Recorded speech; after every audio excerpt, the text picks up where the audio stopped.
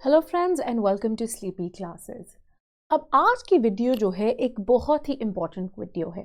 Now this video is crucial not just for those students who appeared in mains 2021 और जिन्होंने PSIR का optional लिखा है इस साल, बट ऑल्सो फॉर दोज जो कि अभी ऑप्शनल की तैयारी कर रहे हैं या फिर अगला अटेम्प्ट लिखने वाले हैं, बिकॉज इफ नथिंग एल्स ये जो है आपको पेपर प्रूव करता है how necessary answer writing skills are, how necessary a good idea of previous year questions जो कि पास्ट ईयर पेपर्स में आ चुके हैं उनके बारे में एक टेंटेटिव आइडिया होना, उनके बारे में स्ट्रक्चर जानना और किस तरह से आप उनको अटेम्प्ट कर सकते हैं उसके बारे में पता होना कितना ज़्यादा रिक्वायर्ड है।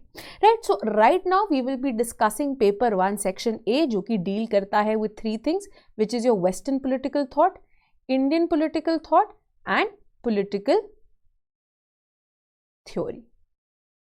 Now before looking at the questions and analyzing them कि किस तरह के questions थे, कहाँ से हम prepare कर सकते थे, किस तरह से इनको attempt करना है, let's also have a look at किस तरह का ये section था overall. Right, तो now अगर हम level of difficulty of questions की बात करें तो I would say ये medium level of questions थे. Right, some of them were slightly tougher but overall अगर पूरे सेक्शन का एनालिसिस किया जाए तो मीडियम डिफिकल्टी का जो है ये सेक्शन था। अ लॉट ऑफ क्वेश्चंस जो है स्टैटिक पार्ट से आए थे। राइट, वैसे भी ये पार्ट जो है सेक्शन ए जो है पेपर का, क्योंकि ज़्यादा वेस्टर्न पॉलिटिकल थॉट है, आईपीटी है, थोड़ा जो है पॉलिटिकल थ्योरी है, तो आइदर वेज थोड़ा थ्योरेटिकल हो जाता है, बट कई बार हम देखते हैं कि इसके अंदर भी बहुत ज़्यादा एनालिटिकल क्वेश्चंस दे देते हैं। बट इस बार अगर हम देखें स्टैटिक एंड प्लस थोड़े स्ट्रेट फॉरवर्ड जो है क्वेश्चंस थे ये। Right, so questions which were of medium difficulty level, static part से आए थे, बहुत ज़्यादा जो है एनालिटिकल नहीं थे। एंड अगर आपने अपने बेसिक सोर्सेज की अच्छे से तैयारी की है, राइट, अगर आपने अपने बेसिक सोर्सेज को बहुत बढ़िया प्रिपेयर किया है, रेगुलर आपने रिविजन की है, तो ये सेक्शन ए जो है can be a very good marks collecting section for you. यहाँ पे आप बहुत सारे मार्क्स जो हैं बटोर सकते थे पेपर 1 के सेक्शन ए के अंदर। ठीक है, क्योंकि लेवल ऑफ क्वेश्चंस जो है बहुत ज़्यादा हार्ड नहीं था। राइट, अगर आपने ढंग से रिविजन की है तो डूएबल जो है हो सकते थे क्वेश्चंस। तो सबसे पहले बढ़ते हैं हम right towards looking at the questions. पहले जो है आपका पहला क्वेश्चन आता है जिसके जो है आपके 5 पार्ट्स होते हैं, which is a compulsory question also. ना पहला ही question was feminist critique of the state. तो अगर आप पहले क्वेश्चन के 5 पार्ट्स देख लेते हो, उन पर नजर डाल लेते, आपको थोड़ी सेंस ऑफ अश्योरेंस मिल जाती है, बिकॉज कोई भी ऐसा क्वेश्चन नहीं था that you will feel is out of the blue कि ये कहाँ से दे दिया क्वेश्चन। ठीक है, कोई ऐसा क्वेश्चन नहीं था। Obviously what this also means is that because most questions are medium difficulty level and a lot of students would have covered them, आपके ऊपर क्या एक बेसिक बोझ आ जाता है कि competition has now increased. So that means your answer should be in a way that you are able to get above average marks. क्योंकि अगर आप सेम ही क्वेश्चन लिख रहे हैं जो बाकी बच्चे भी लिख रहे हैं तो फिर तो आप एवरेज पे अटके हुए हैं। You aren't pushing the limits and it is pushing the limit which will get you the marks. है ना, डिफिकल्ट क्वेश्चन होता है तो क्या मतलब होता है कि बाकी सबके लिए भी उतना ही डिफिकल्ट हो गया, तो वहां पे हर कोई जो है एक इक्वल पोजिशन में। नाउ बिकॉज रिलेटिवली ईजियर है, रिलेटिवली डूएबल है, you will have to write much more stand out answers. ठीक है, इसकी रिक्वायरमेंट हो जाती है। नाउ वेरी इंपॉर्टेंटली, क्योंकि ये 10 मार्कर्स है, स्टैंड आउट का मतलब ये नहीं होगा कि आप एक लॉन्ग वाइंडेड इंट्रोडक्शन लिखें और 10,000 जो है उसके अंदर पहले कॉन्टेक्स्ट बांधने की कोशिश करें। नहीं, 10 मार्कर है, आपने पेपर भी पूरा करना है। तो 10 मार्कर में जो कंटेंट, जो चीज मेन पूछी गई है, you have to hit the nail on its head there and then, क्योंकि 10 मार्क ही है, 15 या 20 मार्क का क्वेश्चन नहीं है। उस कंटेंट के अंदर जो कि प्राइमरीली क्वेश्चन पूछ रहा है, वहां पे आप जितने ज्यादा स्कॉलर्स को ढंग से कोट कर सकते हैं, एग्जाम्पल्स दे सकते हैं, that will be of the essence. Now question क्या था, बहुत स्ट्रेट फॉरवर्ड क्वेश्चन है, feminist critique of the state. In fact ये जो क्वेश्चन है ये ना ही हमने अपने, तो जो मैं आंसर कराऊंगी ऑब्वियसली क्योंकि हम स्लीपी क्लासेस से हैं, we will be using our own sources, तो ये जो है हमारे PSIR के क्लास नोट्स हैं on feminist theory of state. In fact हमने अपनी आंसर राइटिंग के अंदर भी very importantly the feminist critique of state जो है कराया हुआ था। राइट, इनफैक्ट हमने वहां पे एक क्वेश्चन ही ये दिया था कि जो फेमिनिस्ट थ्योरी ऑफ स्टेट है, rather than being a theory in itself, is more a criticism of the prevailing theories, and that is exactly what the feminist critique of state was. अब इसके अंदर आपने क्या बात करनी है, आपने ऑब्वियसली क्या करना है कि सबसे पहले आपने बताना है कि जो फेमिनिस्ट थ्योरी ऑफ स्टेट है वो बहुत ज्यादा जुड़ी हुई है किसके साथ, by towards criticising the state, ठीक है, towards critical assessment of the state जो है ये उसकी तरफ जुड़ी हुई है। अब ये क्रिटिकल एनालिसिस, ये क्रिटिसिज्म कैसे मिलता है स्टेट का, अब यहाँ पे सिर्फ एक फेमिनिस्ट स्कॉलर नहीं है, क्योंकि हमें पता है it's not just feminist, it's feminisms, right, there are numerous schools within feminisms. तो हम उन सबको एन्यूमरेट करके अगर जो क्रिटिसिज्म ऑफ स्टेट है उसको बता पाए, दैट विल बी ग्रेट।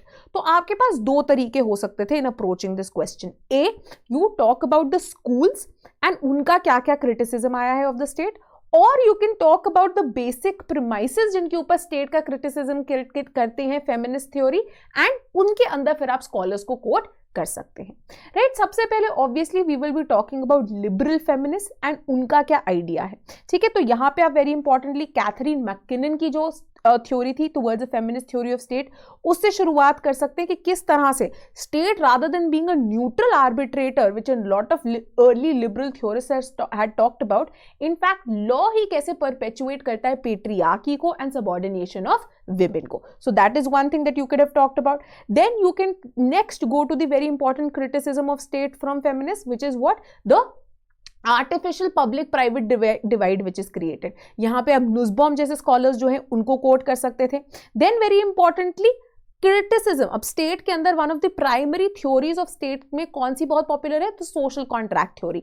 और इस कॉन्ट्रैक्ट थ्योरी का भी, ये पूरे कॉन्ट्रैक्चुअलिस्ट आइडिया ऑफ स्टेट को क्रिटिसाइज करने के लिए we have Carol Pateman and a sexual contract, कि इनफैक्ट जो ये कॉन्ट्रैक्ट था इसके अंदर विमेन तो कभी पार्टिसिपेट ही नहीं करती हैं। कौन पार्टिसिपेट करते हैं, heads of house hold. Heads of house hold कौन है, मेन है, ठीक है। तो अगेन इनका भी जो है यहाँ पे आ गया। Then again another idea of state के क्रिटिसिज्म में क्या हो सकता है, the idea of sexual hierarchy, and किस तरह से जो यूनिवर्सल सिटीजनशिप है ये in fact is against women's interest, and यहाँ पे हम आयरिस मैरियन यंग का आइडिया ऑफ डिफरेंशिएटेड सिटीजनशिप जो है उसके बारे में बात कर सकते थे, ठीक है। तो अगर आप इन स्कॉलर्स को इन ग्राउंड्स के ऊपर जो है आप क्रिटिसाइज कर रहे हैं, तो जहां पे हमने क्या बोल दिया, state is not neutral but law के अंदर वो पेट्रियार्की परपेचुएट कर रहे हैं, artificial public private divide, and then it's not a social contract बल्कि इट्स अ सेक्सुअल कॉन्ट्रैक्ट, ठीक है। एंड उसके बाद द आइडिया ऑफ यूनिवर्सलिज्म, नहीं डिफरेंशिएशन हो रही है, डिस्क्रिमिनेशन हो रही है, जो कि आयरिस मैरियन यंग की तरफ से आ गया,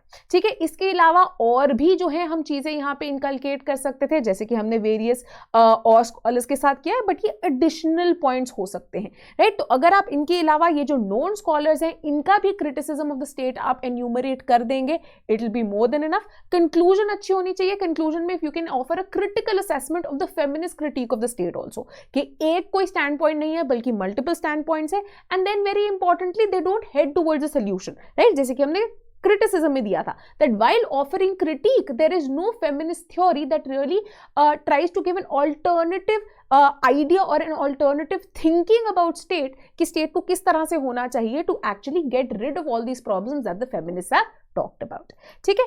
नेक्स्ट क्वेश्चन की अगर हम बात करें, बहुत ही बढ़िया स्ट्रेट फॉरवर्ड क्वेश्चन था अफर्मेटिव एक्शन पे। अगेन ये हमारे कुछ क्लास नोट्स हैं, इसके अलावा हमारी अगर टेस्ट सीरीज के भी आप हिस्सा थे तो उसके अंदर भी हमने कराया हुआ था द वेरियस थ्योरीज के किस तरह से, चाहे लिबरल हो चाहे मार्क्सिस्ट हो, हर किसी ने अपने व्यू पॉइंट से अफर्मेटिव एक्शन की बात की है। So what are the various theories regarding affirmative action जिनको आप कोट कर सकते हैं, राइट। तो अफर्मेटिव एक्शन की अगर हम बात करें, again there might be a lot of tendency in students कि वो क्या करेंगे, वो इंडियन सिनेरियो के साथ जो है सीधा बात करनी शुरू कर देंगे।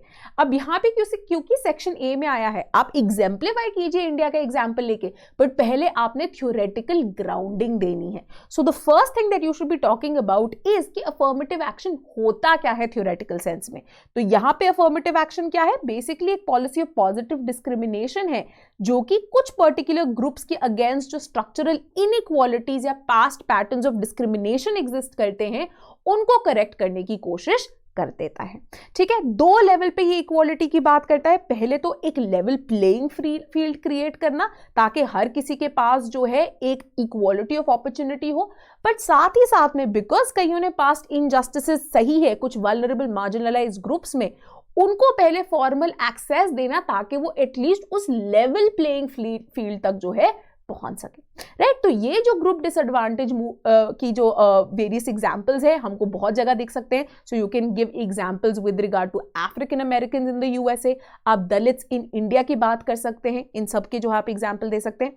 वेरी इंपॉर्टेंटली यहाँ पे आप कोट कर सकते हैं जॉन रॉल्स को भी, राइट। इनका पर्टिकुलरली जो डिफरेंस प्रिंसिपल था इनके जस्टिस के अंदर, तो हम क्या बोलेंगे, हम यहाँ पे अफर्मेटिव एक्शन को किसके साथ एसोसिएट कर रहे हैं, जस्टिस के आइडिया के साथ एसोसिएट कर रहे हैं कि जहां पे रॉल्स है ना, रॉल्स के जो मेन 2 प्रिंसिपल्स है और जो उनका दूसरा प्रिंसिपल है उसके अंदर 2 फोल्ड बाइफर्केशन है, इक्वालिटी ऑफ अपॉर्चुनिटी भी है but at the same time difference principle भी है कि इस तरह से जो है, राइट, जो हम इक्वल अपॉर्चुनिटीज दे रहे हैं हर किसी को, राइट, अगर उसके अंदर कुछ ट्वीकिंग करने की जरूरत है तो वो ट्वीकिंग सिर्फ कब होगी, if we are able to benefit the least advantaged in the society. तो हम रॉल्स को भी यहाँ पे कोट कर सकते हैं, वेरी इंपॉर्टेंटली हम सेन को भी यहाँ पे कोट कर सकते हैं, अमर्त्य सेन का भी आप यहाँ पे एग्जांपल ला सकते हैं कि affirmative action is required to ensure equality of capabilities because certain people have been denied capabilities due to historical injustices,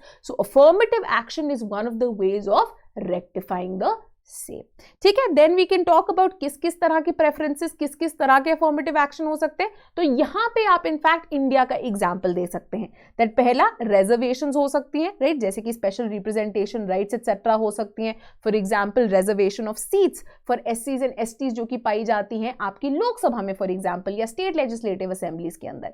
then obviously आपके जो है preferences in terms of quotas, जो आपकी रिजर्वेशन है, पॉजिटिव डिस्क्रिमिनेशन है जो कि आपको मिलती है again very important education and employment में भी, तो article 15 and 16 of the Indian constitution का आप एग्जांपल दे सकते थे।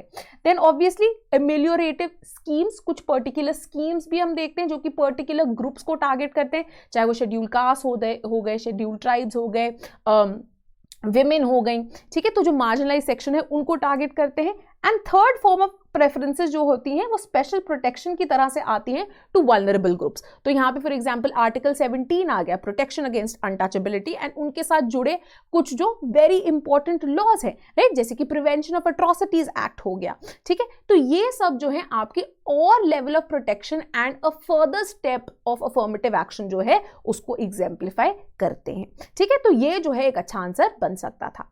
Now equality of outcome as a political idea, in fact हमने ये क्वेश्चन जो है करवाया भी हुआ है, अगर आप क्वेश्चन देख लेंगे, difference between equality of outcome and equality of opportunity and outcome and किस तरह से एग्जाम्प्लीफाई कर सकते हैं। उसके अलावा हमारे जो कोर्स की वीकली आंसर राइटिंग होती है इसमें भी हमने कराया था कि difference between equal treatment and fair treatment क्या होता है, राइट। सो स्टूडेंट्स हु से अगर आपने गौबा नहीं, अगर आपने वेरी इंपॉर्टेंटली राजीव भार्गव पढ़ी हुई है उसके अंदर इक्वालिटी ऑफ आउटकम की बात की जाती है, राइट। तो हम बात कर सकते हैं फॉर एग्जांपल इस आंसर को आप कैसे अप्रोच करते, हम अप्रोच करते हैं बाय यूजिंग WB गैली का कॉन्सेप्ट के ऐसे जो पॉलिटिकल साइंस के कॉन्सेप्ट्स है, इक्वालिटी हो गया, जस्टिस हो गया, डेमोक्रेसी हो गया, ये क्या है, ये इसेंशियली कंटेस्टेड कॉन्सेप्ट्स है, इनके ऊपर कोई फिक्स डेफिनेशन जो है मौजूद नहीं है, राइट। तो अब हम क्या करते हैं, हम ट्राई करते हैं इनके बारे में और जानकारी इकट्ठा करना, ठीक है। अब जब भी हम इक्वालिटी की बात करते हैं, एक प्रिवेलेंट डिबेट क्या है, इक्वालिटी ऑफ व्हाट, आखिर किस चीज को आप इक्वलाइज करना चाहते हैं, राइट। तो यहां पे हम बात कर सकते हैं कि there are numerous options available जो डिफरेंट स्कूल्स द्वारा दिए जाते हैं। We can have equality of welfare, we can have equality of opportunity, we can have equality of resources, we can have complex equality, or we can have as the Marxists have talked about क्या equality of outcome. सो इस 10 marker के अंदर, क्योंकि equality of outcome एक rather straight forward idea है, किसका idea है ये, मार्क्सिस्ट का आइडिया है, आपके सोशलिस्ट एंड मार्क्सिस्ट का। आपको याद होगा बहुत ही इंपॉर्टेंट एक आपके क्रिटिक ऑफ गोथा प्रोग्राम के अंदर बात की थी मार्क्स ने, क्या बात की थी उन्होंने बात की थी from each according to ability to each according to need, जो कि कम्युनिस्ट सोसाइटी में होगा। मतलब डिफरेंशियल रिवॉर्ड्स नहीं होंगे जिस तरह से कैपिटलिस्ट सोसाइटी में होता है, बल्कि जो एक हर किसी की रिक्वायरमेंट है, जरूरत है, नीड है, उस हिसाब से जो है उनको सारा सामान मिल जाएगा। तो एक लेवलिंग मैकेनिज्म हो जाता है जो कि इक्वालिटी ऑफ आउटकम है, ठीक है, कि हर किसी को जो चाहते हैं वो मिल जाएगा, कोई भी डिफरेंशियल रिवॉर्ड नहीं हो रहा है, कोई भी डिफरेंशियल जो है ट्रीटमेंट नहीं होगी, कोई भी डिफरेंशियल जो है किसी भी तरह से डिफरेंस नहीं होगा कि उनको एंड में क्या मिल रहा है। तो जिनको हम and state theories of justice कहते हैं, ये इक्वालिटी ऑफ आउटकम उसके साथ लिंक्ड है। तो अब हमने ये एक लाइन में, एक पैराग्राफ में समझा दिया। अब इसको हम और बेहतर कैसे बनाएं, बिकॉज कॉम्पिटिशन है, कॉम्पिटिशन में से बनाने के लिए हम इसको अगर कंपैरेटिव पर्सपेक्टिव में इक्वालिटी ऑफ आउटकम को लाएंगे और इसको क्विक एनालाइज कर देंगे कि कितना बढ़िया है, तो इससे हमें और मार्क्स मिल सकते थे। तो हम इसको कंपेयर किससे कर सकते हैं, हम इसको कंपेयर कर सकते हैं इक्वालिटी ऑफ अपॉर्चुनिटी से, या फिर जिसको हम फेयर ट्रीटमेंट कहते हैं, या फिर इक्वालिटी ऑफ रिसोर्सेज से कंपेयर कर सकते हैं। कि देखिए सबसे पहले इक्वालिटी ऑफ आउटकम का क्या मतलब होता है कि देखिए ये जुड़ा हुआ है आपके मार्क्स से, मार्क्स के क्रिटिक ऑफ गोथा प्रोग्राम से, from the famous slogan from each according to his ability to each according to need. मतलब डिफरेंशियल अवार्ड जो है बिल्कुल नहीं होंगे, बल्कि क्या होगा, ह्यूमन डिग्निटी रिक्वायर्स दैट हर किसी को जो है एक लेवल कर दिया जाएगा, इक्वल ट्रीटमेंट जो है दी जाएगी। However this can also create a couple of problems, right. So for example जैसे कि हम बात करते हैं कि इक्वालिटी क्या है, जैसे कि हमने बात की कंटेस्टेड है कॉन्सेप्ट, तो यहाँ पे हमारे पास और भी एवेन्यूज अवेलेबल है। Instead of equal treatment a better way can be what, a better way can be fair treatment. तो फेयर ट्रीटमेंट किस तरह से इक्वालिटी ऑफ आउटकम से डिफरेंट है?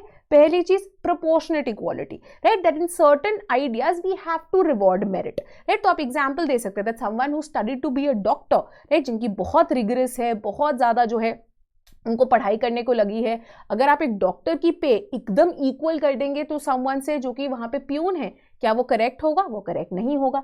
द सेकंड आर्ग्यूमेंट जो कि आता है is from rectification of historical wrongs, that while proportionate equality is required, right, यहाँ पे आप एरिस्टोटल को भी कोट कर सकते हैं, but rectification of past wrongs is also required. यहाँ पे आप रॉल्स एक्सेट्रा को लेके आ सकते हैं, ठीक है, कि किस तरह से जो पास्ट इनजस्टिसेस को सफर करते हैं तो उसको हमने जो है करेक्ट करना है। तो यहां पे that idea of affirmative action भी दोबारा कोट हो सकता है, ठीक है। तो इक्वालिटी ऑफ आउटकम हमने समझा दिया, उसके साथ इशू समझा दिया और उसका एक कंपैरेटिव पर्सपेक्टिव भी कर दिया, तो आपका नियर अबाउट 150 वर्ड्स के अंदर एक अच्छा आंसर बन सकता है।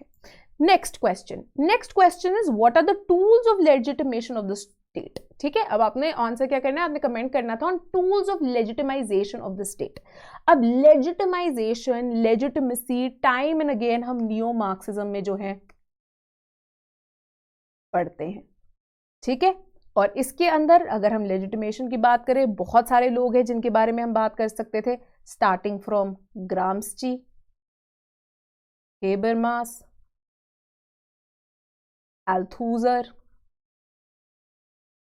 राइट, ये सारे थ्योरीज जो हैं यहाँ पे कोट किए जा सकते थे when we talk of tools of legitimation of the state, ठीक है। तो यहाँ पे हमने किसने शुरू करना था, by the criticism of classical Marxism, that rather than the clear cutting division between the super structure and the base, जिसको ऑफन इकोनॉमिकली डिटर्मिनिस्ट बुलाया जाता है, ग्राम्स्की ने एक नई चीज की शुरुआत की थी, which was the division of superstructure also into two parts: state, which contains the tools of coercion, and civil society, which consisted of the tools of legitimization.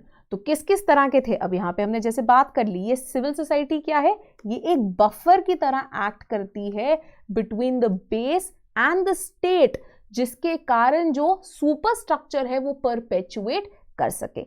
अब यहाँ पे आपके जो स्ट्रक्चर्स ऑफ लेजिटिमेशन थे, वो कौन कौन लेजिटिमाइजेशन थे, वो कौन कौन से होते हैं, हमारे ग्राम्स्की ने हमको बताया था, ये मास मीडिया हो सकता है, तो आप इनके कोट कर सकते हैं। मास मीडिया जैसे कि न्यूज हो गई, ठीक है, वेरियस चैनल्स हो गए, आपके मूवीज हो गई, सॉन्ग्स हो गए, right, they are the way of legitimising the existing ideology and the persisting state structures, ताकि coercive apparatus ना अपनाना पड़े। Similarly, culture in terms of culture आपके हो सकते हैं, for example art, right, तो हम बात करते हैं कि high art है, you know, so everyone wants to appreciate, चाहे हमको समझ में नहीं आ रहा पोस्ट मॉडर्न आर्ट क्या है, कंटेम्प्रेरी आर्ट क्या है, बट हमें पता है अगर इसको अप्रिशिएट कर सकते हैं, मतलब आप you are very well educated. Religion क्या बोलता है, कर्म करते चलो, फल की चिंता मत करो, है ना। तो ये क्या हो गए, ये आपके टूल्स ऑफ लेजिटिमाइजेशन हो गए। सिमिलरली हेबरमास भी जब बात करते हैं इसके, वो क्या बोलते हैं कि लेजिटिमेशन क्राइसिस से पहले वो आपके ग्राम्स्की का आइडिया ही अपनाते हैं कि कैपिटलिस्ट सिस्टम के अंदर, एडवांस कैपिटलिस्ट सिस्टम के अंदर स्टेट को बचाने के लिए हमारे पास क्या है, हमारे पास सिविल सोसाइटी है जो कि टूल्स ऑफ लेजिटिमेशन ऑफर करती है। और कौन से ये सेम सिमिलर टूल्स हैं, मास मीडिया है, कल्चर है, रिलीजन है, एंड अल्थुजर भी सेम क्या बोलते हैं कि there is an ideological state apparatus and there is a coercive state apparatus, and ये ideological state apparatus है जो कि आपके tools of legitimization दे रहा है, which are mass media, education for example, education जैसे कि आप colleges हो गए, universities हो गए, schools हो गए, जहाँ पे आपको discipline किया जा रहा है, वहाँ पे जहाँ पे class का system जो है as natural perpetuate किया जा रहा है, right? तो ये सब क्या है, ये सारे आपके tools of legitimization है, ठीक है। तो इस चीज के ऊपर जो है आपने मेन चर्चा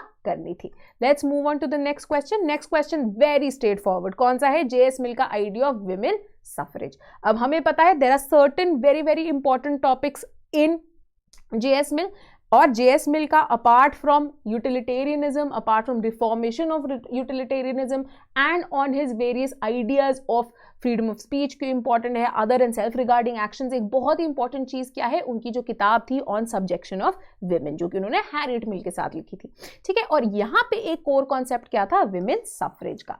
तो इंट्रोडक्शन के अंदर ऑब्वियसली हम बोल सकते हैं कि जेएस मिल एक आउट एंड आउट लिबरल थे, और ये लिबरलिज्म को उन्होंने अप्लाई किया even in the improvement of the status of women in the English society, in the then English society. तो यहाँ पे चाहे विमेन्स एजुकेशन हो, चाहे उनकी सफ्रेजेट हो या एम्प्लॉयमेंट हो, वो उन सब चीजों से ही कंसर्न्ड थे, ठीक है। तो यहाँ पे अब अगेन हम स्टार्टिंग पॉइंट क्या कर सकते हैं कि मच लाइक मेरी वॉलस्टोनक्राफ्ट, जेएस मिल का भी क्या मानना था कि आप ये जो बोलते रहते हैं कि विमेन की नेचर ही डिफरेंट है, कि वो नेचुरली ही बड़ी रिग्रेसिव होती हैं, बड़ी टिमिड होती है, सबॉर्डिनेट होती है, उनके पास दिमाग नहीं होता है, ये गलत है। एक्चुअल में क्या फर्क पड़ता है, अपब्रिंगिंग का फर्क पड़ता है। तो क्योंकि उनकी upbringing is not up to the mark, उसके कारण वो फुल फ्लेजेड इंडिविजुअल्स जो है बन नहीं सकती, which is why they require education also, employment opportunities also, and very importantly also what, suffrage, right, which is your voting. Then we come to the main idea कि why should women be given voting. Mill क्या बोलते हैं, मिल बोलते हैं कि ये idea गलत है, women are emotional beings, they are passionate beings, उनको कुछ नहीं आता है ना। You can even do a comparative perspective with people like Aristotle. Aristotle का वो मानना था, he was very regressive when it came to women. तो हम एक कंपैरेटिव पर्सपेक्टिव कर सकते थे। अनलाइक एरिस्टोटल, जेएस मिल क्या कहते हैं कि नहीं, विमेन भी equally he free and rational beings हैं, एंड बिकॉज वो आदमियों जैसे फ्री रैशनल बीइंग्स हैं, मतलब उनके पास भी अपॉर्चुनिटी होनी चाहिए to lead the way that they want their lives to be led away from societal pressures. And अगर विमेन ओरिएंटेड, विमेन सेंट्रिक, उनकी भलाई के लिए चीजें करनी है, तो obviously we need women to be able to vote for policies, we should be able to have women voting for the policy makers, ठीक है। तो इसीलिए क्या बोला, क्योंकि जेएस मिल खुद भी एक मेंबर ऑफ पार्लियामेंट थे, उन्होंने बोला कि विमेन की वोटिंग राइट्स होने चाहिए, उनके पास प्रॉपर्टी राइट्स होने चाहिए, और इस बेसिस पे उन्होंने क्या बोला कि विमेन की वोटिंग राइट्स या सफरेज को उन्होंने जस्टिफाई करने के लिए यूटिलिटेरियन एस्पेक्ट जो है वही यूज किया। क्या यूटिलिटी है विमेन को वोटिंग राइट्स देने के लिए? सबसे पहले तो उनके जो इंटरेस्ट है, जो पर्टिकुलरली विमेन के इंटरेस्ट है, जो कि डाइवर्ज कर सकते हैं फ्रॉम अदर ग्रुप्स, वो रिप्रेजेंट नहीं हो सकते। तो आपकी सोसाइटी के अंदर नियरली 50% जो है अंडर रिप्रेजेंटेड जा रहे हैं।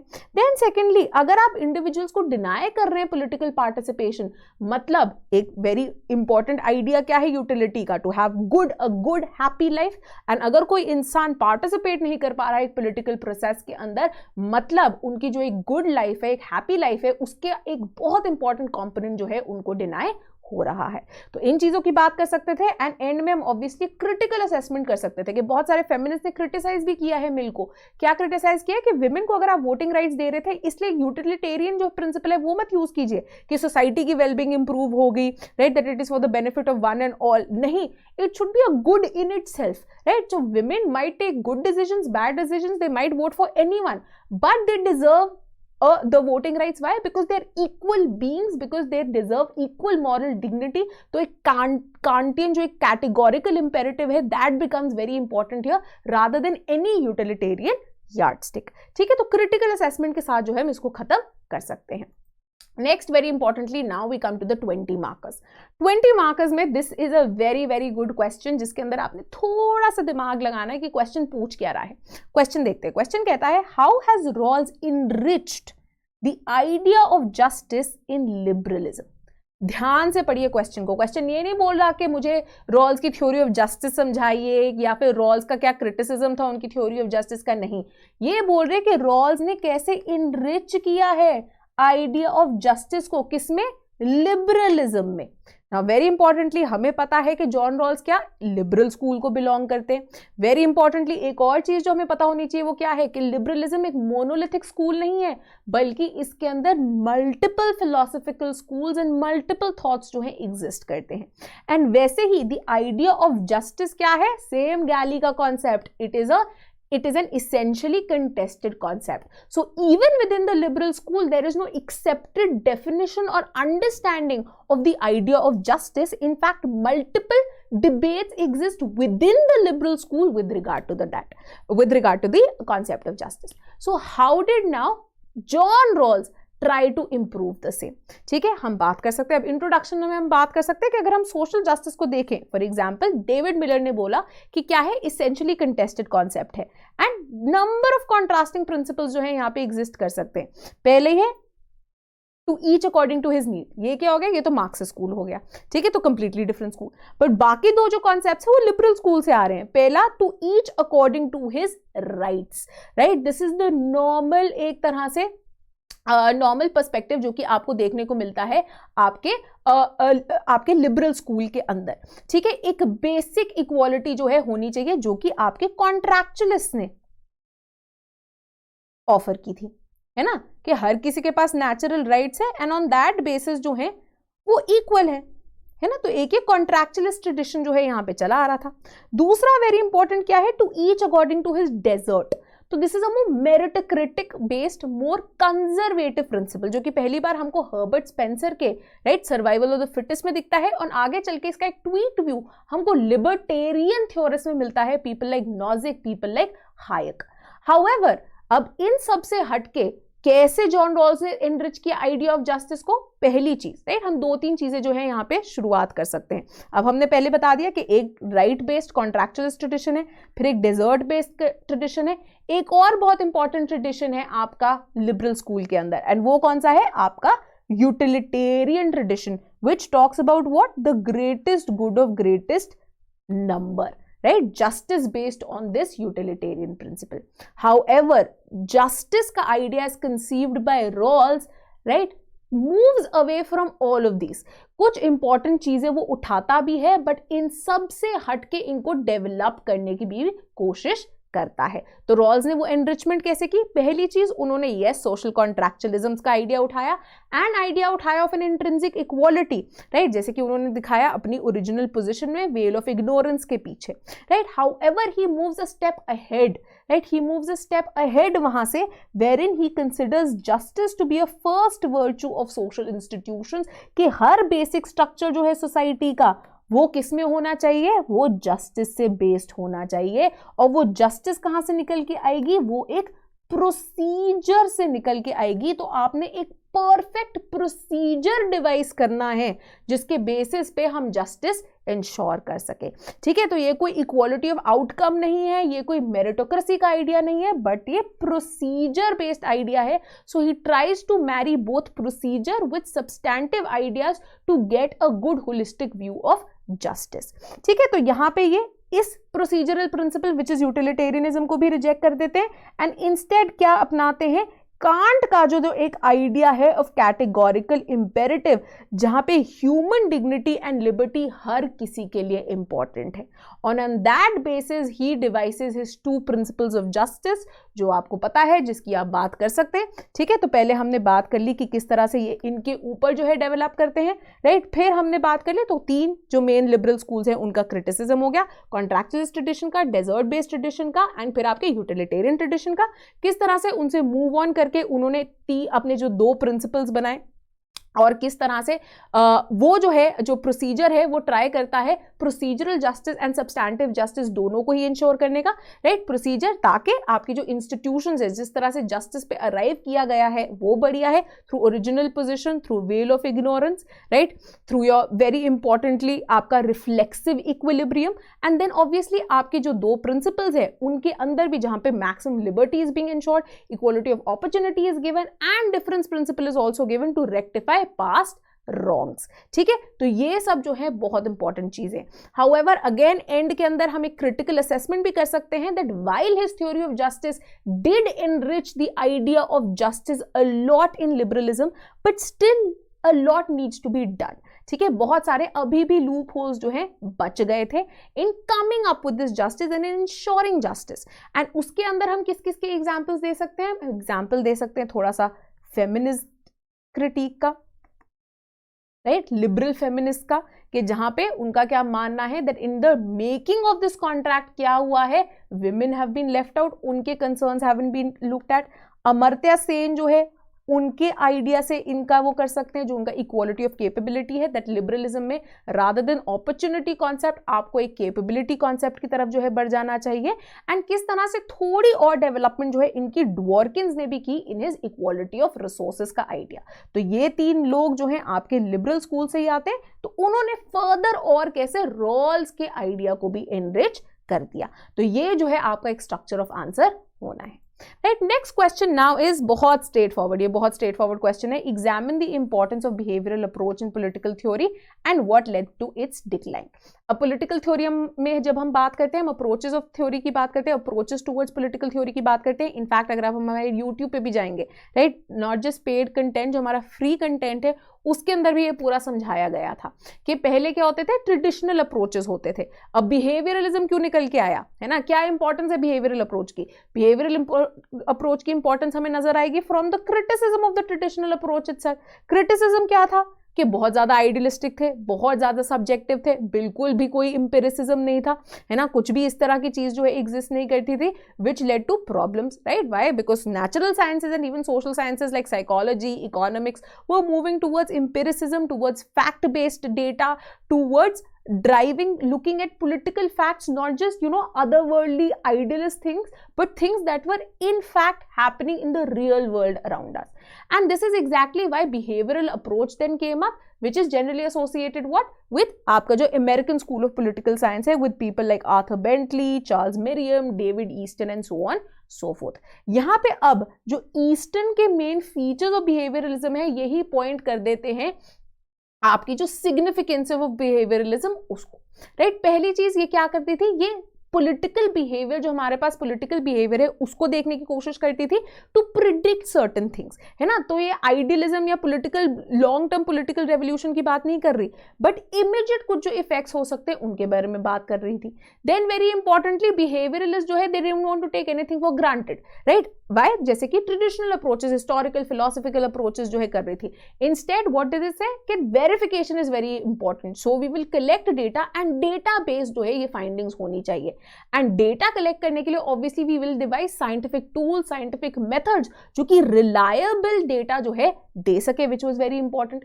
देन ऑब्वियसली इस रिलायबल डेटा को हम क्वांटिफाई भी कर पाए, राइट, कि किस तरह से चेंजेस आएंगे, क्या ये बेटर है, क्या नहीं चीज, क्या ये खराब हो रहा है। Then very importantly they wanted a separation that unlike से फिलोसफिकल और हिस्टोरिकल और ट्रेडिशनल स्कूल्स जो कि सब्जेक्टिव थे, टेलियोलॉजिकल थे, हमेशा किसी एक चीज को, जैसे कि हम प्लेटो के अंदर देखते हैं, there was an end goal which was decided, that was the good that we have to pursue. They said कि इस तरह से हम इतनी सब्जेक्टिविटी नहीं ला सकते, बल्कि हमें ऑब्जेक्टिव रिसर्च लानी है। And this was a main very important relevance of your behavioral approach, ठीक है। And then it was very systematic and completely scientific था, एंड साथ ही साथ में ये हमको एक इंटरडिसिप्लिनरी अप्रोच अपनाने की जो है बात करता है, ठीक है, कि in fact politics is not, you know, in a watertight compartment. Politics is also related to economics, it is also related to sociology, it is also related to history, right। तो एक interdisciplinary approach अपना के हम better समझ पाएंगे political science को। So ये सारे जो है relevance है behavioralism की। and obviously इसकी decline क्यों हुई? decline के अंदर जो criticism offer करते हैं post behavioralists, हम वही चीज जो है decline में दे सकते हैं। क्यों decline हुआ? because यहाँ पे क्या होने लग गया, इन्होंने techniques को सबसे ऊपर रखने लग गए। तो आपने क्या methodology यूज की है, आपने किस तरीके तरीके की अप्रोच यूज की है, that became more important rather than the substance और द कंटेंट और the social problems that needed to be looked at. Then very importantly social change, right, status quoist ये बनते जा रहे थे कि प्रेजेंट सिस्टम को हम कैसे जो है मेंटेन करके रखें rather than being open to change, and that is something which is not good enough कि politics requires a certain amount of dynamism and change to be able to reflect the demands of the people as well. साथ ही में very importantly क्या हो गया था कि इतनी ज्यादा रिसर्च ओरिएंटेशन हो गई थी कि the idea of politics itself, there is a certain kind of value orientation that we require, right? What is the point of political science अगर आप हमको यही नहीं बता रहे हैं कि हाँ जी democracy is good, the fact that there should be a good a good fair electoral democracy along with certain substantive principles जो कि democracy at grassroots को ensure करे वो अच्छी है rather than despotism, right? तो इस तरह की values जो हमको जरूरत है। And very importantly political action, when you pass a value judgment, right, when you say that things are not right, they are not correct in the way that they're existing right now, you call for political action that we need to change this, that we need to stand against unjust laws, that we need to stand against wrong policies, और ये सब चीजें जो है offer नहीं कर रहा था behavioral approach, जिसके कारण जो है उसकी डिक्लाइन भी शुरू हो गई थी, right? So easy answer, not too tough. Next now, very important, this is a very good question. Can there be a universal conception of human rights? Give your arguments. अब बहुत ही आर्ग्यूमेंट बेस्ड क्वेश्चन है कि आप बताइए कि क्या एक universal conception of human rights हो सकता है। बट क्या मैंने ऐसे लिखना है कि हाँ जी मेरे को तो लगता है हो सकता है तो होगा? नहीं, we have to whatever we say, if we are saying that yes there can be a conception of human rights, then we have to back our arguments. If we are saying no there can't be a universal conception of human rights, we have to back our arguments. तो अब एक balanced answer होना चाहिए। balanced answer कैसे होगा? that yes there is a probability of yes, obviously तभी universal declaration of human rights exist करती है, that yes there is certain philosophical and scholarly basis which ensures the universal conception of human rights। पहले हम उनकी बात करेंगे and then हम एक critical assessment करेंगे कि नहीं there are also certain problems which question this universality of human rights, जिसको हम again scholarly argument से जो है back करेंगे। Now what are certain things जिसके थ्रू यूनिवर्सलाइजेशन की बात हो सकती है? सबसे पहले हम बात करेंगे कि ह्यूमन राइट्स के अगर हम फीचर्स की बात करते हैं उनमें से एक मेजर फीचर क्या है? Is the idea of universality. ठीक है, अब एक यूनिवर्सल कॉन्सेप्शन के लिए बहुत सारे ऐसे फिलोसॉफिकल स्कूल्स हैं जो कि बात करते हैं of the universal idea of human rights. Now the first correlation that you can obviously draw with is the idea जो हम अब लेकर आते हैं आपके नॉर्मल ट्रेडिशनल आपका जो क्लासिकल लिबरल स्कूल है उसके साथ, right? People like Hobbes, people like Locke जो कि नेचुरल राइट्स की बात करते हैं, जो कि बात करते हैं एक equal rationality and freedom for one and all की। ठीक है, तो ये जो नेचुरल राइट्स का आइडिया है ये सबसे पहला बेसिस बना for universality of human rights, क्योंकि natural rights as free and equal human being सबके पास अवेलेबल है तो ये ह्यूमन राइट्स भी हो सकते हैं। ठीक है, इसी सिमिलर बेसिस पे थॉमस जेफरसन जो है उन्होंने भी राइट्स की बात की थी यूएसए में। अब यहां से एक स्टेप आगे ले जाके कि इंस्टेड ऑफ नेचुरल राइट्स जो कि एक बहुत ही एंग्लो सैक्सन प्रोटेस्टेंट व्यू को जो है फॉलो करते थे, उन्होंने क्या बोला? अब हमारे पास नेक्स्ट आते हैं वेरी इंपॉर्टेंटली इमैनुअल कांट, जो कि बोलते हैं कि हमें इस आइडिया की सेक्युलराइजेशन की जरूरत है ताकि ये यूनिवर्सली हर किसी पे अप्लाई हो सके। And that comes with what? The autonomy of human agency, that हर इंसान के पास moral dignity होती है, हर इंसान के पास एक autonomy होती है, and this becomes the important basis of human rights and आगे चल के हमने यूनिवर्सल डिक्लेरेशन में भी देखा। देन वेरी इंपॉर्टेंटली अब क्या होता है कि ये मेनली सपोर्ट किए गए थे अब आपके क्लासिकल लिबरल से भी, बट आगे चलते हुए और भी जो आपके लोग हैं, जैसे कि अगर हम बात करें इवन लिबर्टेरियन स्कॉलर्स की, उन्होंने इनको इनएलिएनेबल माना, यूनिवर्सल माना, जो कि हर कोई जो है डिजर्व करता है। Apart from classical and new liberal school also, जब इनके अंदर आपके थोड़े social and economic rights tie in हो गए, राइट, तो आपके जो है सोशलिस्ट जो व्यू वाले लोग थे, इगैलिटेरियंस जो थे, उन्होंने भी बोला दैट यस ये ऐसे कुछ इकोनॉमिक चीजें हैं जो कि हर किसी के वेलफेयर के लिए इंपॉर्टेंट है, तो यूनिवर्सल है। Similarly the fact that they talked about protection of vulnerable groups, तो बहुत सारे फेमिनिस्ट स्कॉलर्स भी हैं जैसे कि शुलामित फायरस्टोन, शीला राउथबॉम, इन्होंने भी क्या बोला?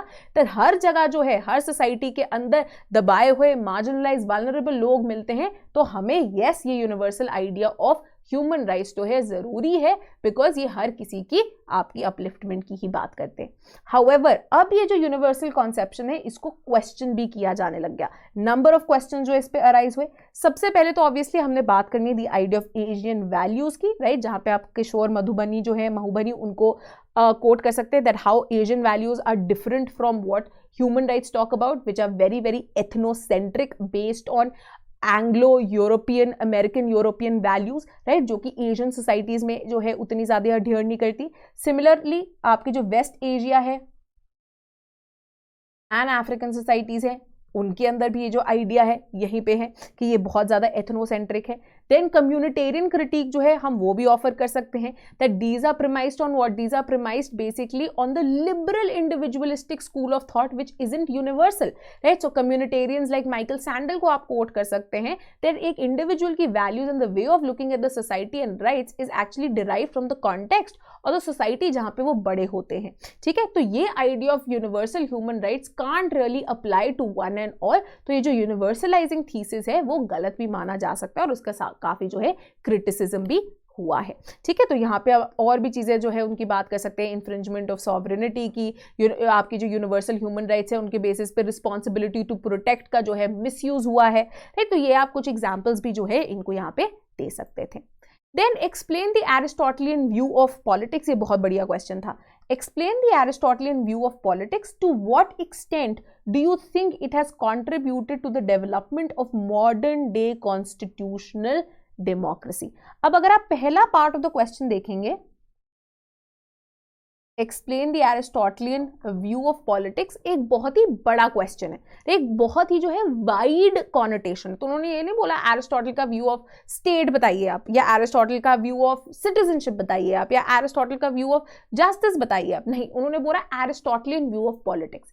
And Aristotelian view of politics क्या है? It encompasses all of this, his idea of justice, his idea of state, his idea of citizenship, ये सब उसके एरिस्टोटलियन व्यू ऑफ पॉलिटिक्स है, ठीक है। तो ऑब्वियसली हमें स्टार्टिंग में सबसे पहले इस पार्ट ऑफ द क्वेश्चन जो है उसके बारे में ब्रीफली डिस्कस करना है, क्योंकि आगे भी क्वेश्चन है कि किस एक्सटेंट तक हमें लगता है कि ये एरिस्टोटलियन व्यू ऑफ पॉलिटिक्स ने कंट्रीब्यूट किया है towards development of modern day constitutional democracies.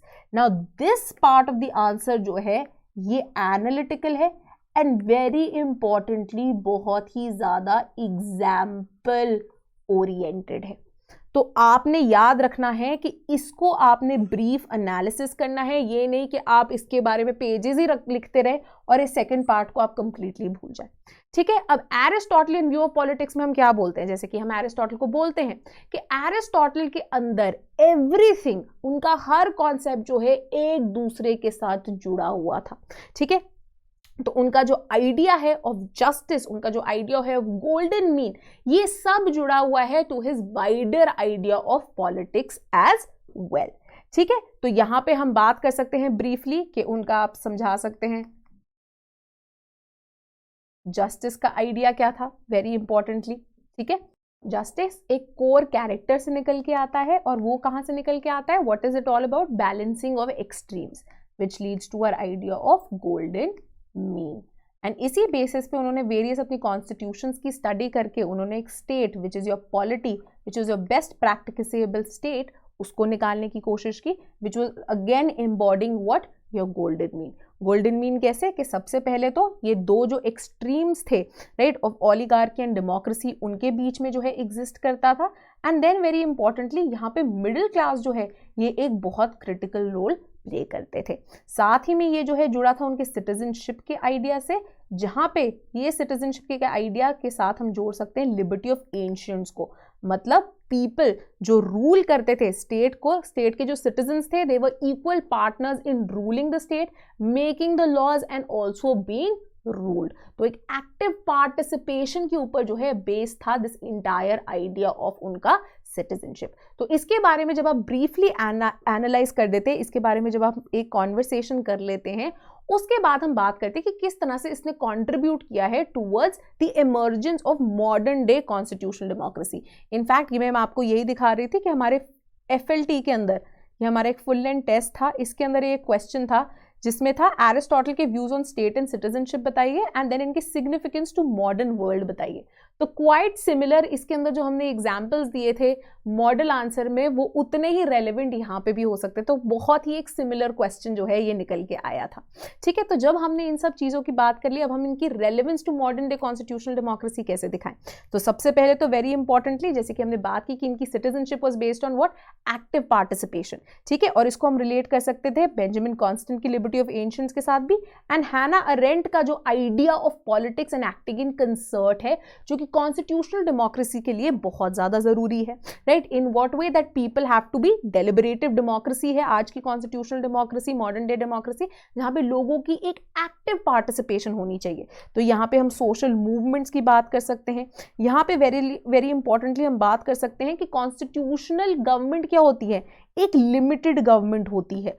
तो लिमिटेड गवर्नमेंट के अंदर लोगों के पास जो है कुछ फंडामेंटल राइट्स होते हैं which also include criticising the government. So with the active participation of people this limited idea of government जो है मेंटेन करके रखा जा सकता है, एंड एक गवर्नमेंट को, एक कॉन्स्टिट्यूशनल डेमोक्रेसी को इंश्योर किया जा सकता है कि वो डिस्पोटिज्म में ना बदल जाए।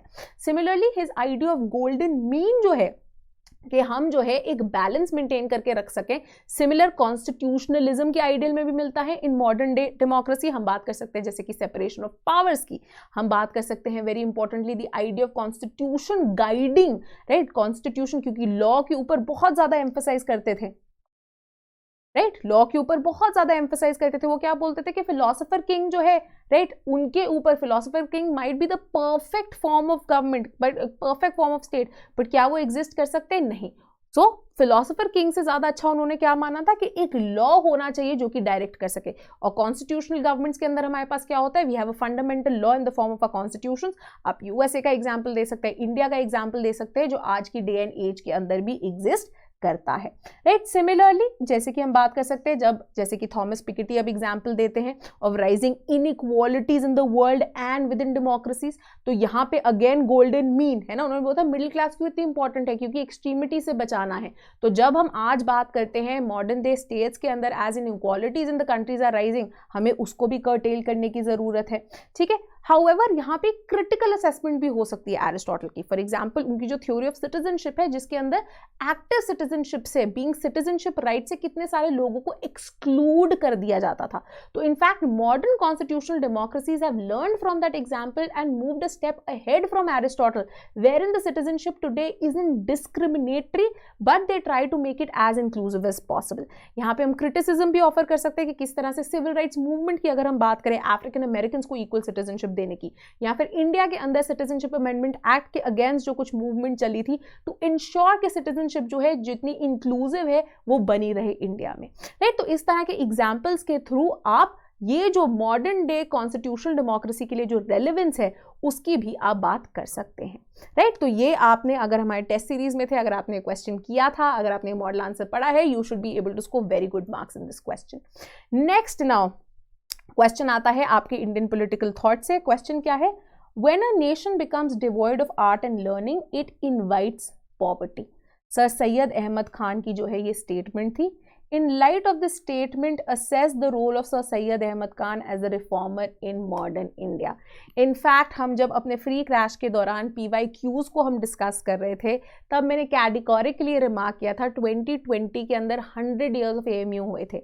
ठीक है, तो उसके चलते हुए इंडियन एक्सप्रेस में, हिंदू में, सबके अंदर सर सैयद अहमद खान पे बहुत सारे एडिटोरियल्स आए थे and I categorically remark that sir Syed Ahmad Khan के ऊपर क्वेश्चन आने की बहुत पॉसिबिलिटी है because of this importance, and that's exactly what happened. Sir Syed Ahmad Khan के ऊपर क्वेश्चन आया है विच इज़ अगेन जो कि हमने FLT के अंदर जो है अटेम्प्ट किया हुआ था, जो हमारा FLT 1 था उसके अंदर ये क्वेश्चन था, right, that there is a need to reinvent the legacy of sir Syed Ahmad Khan to ensure कि इनका जो थॉट है इज रिमेंबर्ड, जो इनके relevant thought is remembered, while जो इनके डॉगमैटिक पार्ट्स हैं those are done away with. ठीक है, तो सिमिलर आइडिया यही था कि सर सैयद अहमद खान का क्या रोल था as a reformer in modern India. तो उन्हीं एडिटोरियल्स के बेसिस पे हमने एक बहुत बढ़िया मॉडल आंसर शुरू किया था। अगेन यहाँ पे अब क्या होगा, बहुत सारे लोग नॉर्मल सर सैयद अहमद खान के बारे में तो एनालिसिस लिख देंगे दैट हाँ जी उन्होंने जो है मोहम्मदन एंग्लो इंडियन कॉलेज जो है शुरू किया, विमेंस एजुकेशन के अंदर उन्होंने क्या किया, किस तरह से इस्लामिक वैल्यूज को मॉडर्नाइजेशन के साथ जो है बैलेंस करने की कोशिश की। बट अगेन जैसे कि मैंने बोला, बिकॉज कंपैरेटिवली एक ईजियर पेपर है, you have to move a step ahead. तो फॉर एग्जाम्पल यहाँ पे हमने बात की by talking about the French sociologist Pierre Bourdieu, जो कि बुलाते हैं सर सैयद अहमद खान को एज अ कलेक्टिव इंडिविजुअल, कि ये एक फ्री थिंकर भी थे, एक एडमिनिस्ट्रेटर भी थे, एक रिफॉर्मर भी थे, एक डिवोट मुस्लिम भी थे, और मुस्लिम सोसाइटी की रिफॉर्म करने की और मॉडर्नाइजेशन करने की भी जो है कोशिश कर रहे थे। तो एक बहुत अच्छी इंट्रोडक्शन जो है ये बन सकती थी। अब यहाँ पे सर सैयद अहमद खान के बारे में हम बहुत सारी बात कर सकते हैं कि किस तरह से उन्होंने 1857 का रिवोल्ट जो है विटनेस किया, एंड ये saw the backlash that the Muslim society had witnessed. At the same time he also realise कि किस तरह से by not letting go of their conservative values, Muslims in India जो है were obviously suffering, and so he thought कि British rule का फायदा उठाने के लिए हमें मॉडर्नाइजेशन की तरफ जो है और ज्यादा ओपन माइंडेड होने की जरूरत है। ठीक है, तो यहां पे उन्होंने क्या बहुत एक इंपॉर्टेंट चीज अडैप्ट की थी जिसको बुलाते हैं इज्तिहाद, जहां पे उन्होंने क्या बोला कि आपको रीजनिंग, रैशनैलिटी अडॉप्ट करने की जरूरत है to keep up with the changing times. Therefore उन्होंने बोला कि ऐसी बात नहीं है कि Islam is completely incompatible with modern liberal values. He in fact said that certain values of Islam, जो कि इंट्रिंसिक इस्लाम की वैल्यूज हैं, they can be kept with us and we can let go of the conservative, we can let go of those things that do not hold ground in today's day and age to be able to be compatible with modern day society. ठीक है, तो यहाँ पे आप उनके और भी examples जो हैं, जो नॉर्मल चीजें हमको पता है कि ओपनिंग ऑफ माओ, एएमयू में कन्वर्जन, इन सब की बात जो है हम कर सकते हैं। एट द सेम टाइम हम बात कर सकते हैं कि इनिशियली वो किस तरह से एक रिलीजियस प्लूरलिस्ट भी थे, राइट, जहाँ पे उन्होंने बोला कि इंडिया के अंदर जो है हमारी दो कम्युनिटीज एग्जिस्ट करती है, where even ask the Muslims कि आप जो है मे बी काउ मीट को खाना जो है छोड़ दीजिए, बिकॉज हमारी एक प्लूरलिस्टिक इंक्लूसिव डाइवर्स सोसाइटी है, राइट। सो इनिशियली जो है वो बहुत उन्होंने प्रीच भी किया था द आइडिया कि हिंदूज एंड मुस्लिम्स क्या है, दो आंखों की तरह है इंडिया की, तो they are both equal, they are both intrinsic to the idea of India. Then obviously we can talk about again, जैसे कि हमने बताया था एडिटोरियल्स में, दैट सर सैयद अहमद खान का थे, उनको बुलाया जाता है the man who knew tomorrow, जहां पे उन्होंने oriental world and western world के बीच में गैप करने की, उसको रिड्यूस करने की बहुत कोशिश की। हम बात कर सकते हैं किस तरह से उन्होंने कोशिश की कि जो एग्जाम्स होते हैं to the Indian civil services जो होते थे, जो पहले लंदन में होते थे, कि इंडिया में किए जाए, एज की रिडक्शन की जाए ताकि इंडियंस जो है इनका पार्ट हो सके। सिमिलरली तारिक मंसूर जो है उन्होंने भी अपने एडिटोरियल में लिखा कि किस तरह से इट इज़ वेरी इंपॉर्टेंट कि सर सैयद अहमद खान की जो है हम लेगेसी को ढंग से जो है इसकी बात करें। किस तरह से उन्होंने गर्ल्स एजुकेशन को प्रमोट किया था, that while yes it was confined to tutoring at home, पर एटलीस्ट कुछ तो उनको ऑफर किया जा रहा था, राइट। सिमिलरली प्रोफेसर शरीफ कटवाई जो है ये भी बात करती हैं कि सर सैयद अहमद खान एक पहले मुस्लिम पब्लिक इंटेलेक्चुअल थे ऑफ 19th सेंचुरी, एंड इन्होंने कंपैरेटिव रिलीजियस स्टडी की by talking about Dara Shikoh की फिलॉसफी, रिलीजियस प्लूरलिज्म की, इंपॉर्टेंस ऑफ एजुकेशन की, एंड मॉडर्नाइजेशन की किस तरह से बात की थी, right. So apart from the factual things जो कि हमको पता है, बाय कोटिंग पीपल लाइक बोर्दो, by quoting people like professor Mansoor, by quoting people like professor Kidwai, और इनके पॉइंट्स जो है हम अपने आंसर को और भी बेहतर बना सकते थे, right, which is exactly what we tried to teach you as well. Now next question जो है was a slightly twisted question, ये डायरेक्ट क्वेश्चन कहीं से नहीं है। अब ये एक ऐसा क्वेश्चन था जिसके अंदर आपको बैठ के थोड़ा सोचना पड़ेगा, स्ट्रक्चर बनाना पड़ेगा, और फिर इस आंसर को जो है अटेम्प्ट करना पड़ेगा। क्वेश्चन क्या कहता है, पॉलिटिकल आइडियोलॉजी प्राइमरीली कंसर्न्ड है with what, allocation and utilisation of power. Comment question पढ़िए, क्वेश्चन क्या बोल रहा है कि पॉलिटिकल आइडियोलॉजी प्राइमरीली, मतलब it is not only concerned but primarily concerned with allocation